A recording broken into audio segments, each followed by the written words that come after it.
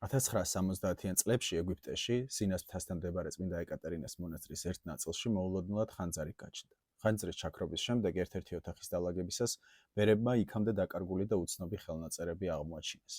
მოგვიანებით ამ ხელნაწერებზე მუშაობისას, რომელთა შორის იყო ძველი ქართული ხელნაწერებიც, პროფესორმა ზაზა ალექსიძემ კოლეგებთან ერთად აღმოაჩინა, რომ ზოგიერთი მათგანი წარმოადგენდა პალიმსესტს. ანუ ისეთი ტიპის ხელნაწერს, რომლის ფურცლები გადარეცხვისას ან წაშლის შემდეგ ხელახლა გამოიყენება საწერ მასალად.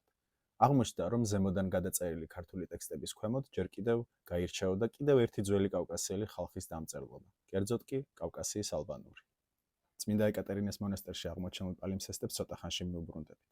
ახლა კი მოკლედ გეტყვით თავად კავკასიის ალბანელთა ენის შესახებ. ეს ენა აღმოსავლურ კავკასიურ ენათა ჯგუფს მიეკუთვნება.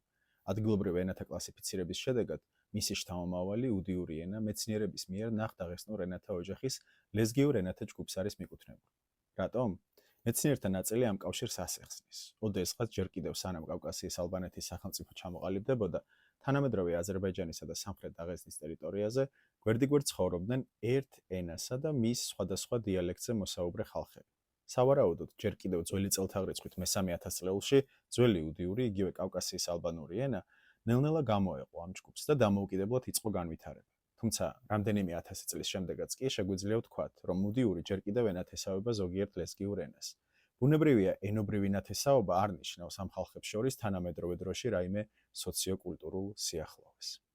კავკასიის ალბანეთის სამეფოს ჩამოყალიბებისას, სავარაუდოდ ძველი წელთაღრიცხვით მესამე-მეორე საუკუნეებში, კავკასიის ალბანური ენა უკვე დომინანტურ ენას წარმოადგენდა აქ ცხოვრები ხალხისთვის. საუკუნეების შემდეგ კი კავკასიის ალბანურს საკუთარი დამწერლობაც გაუჩნდა.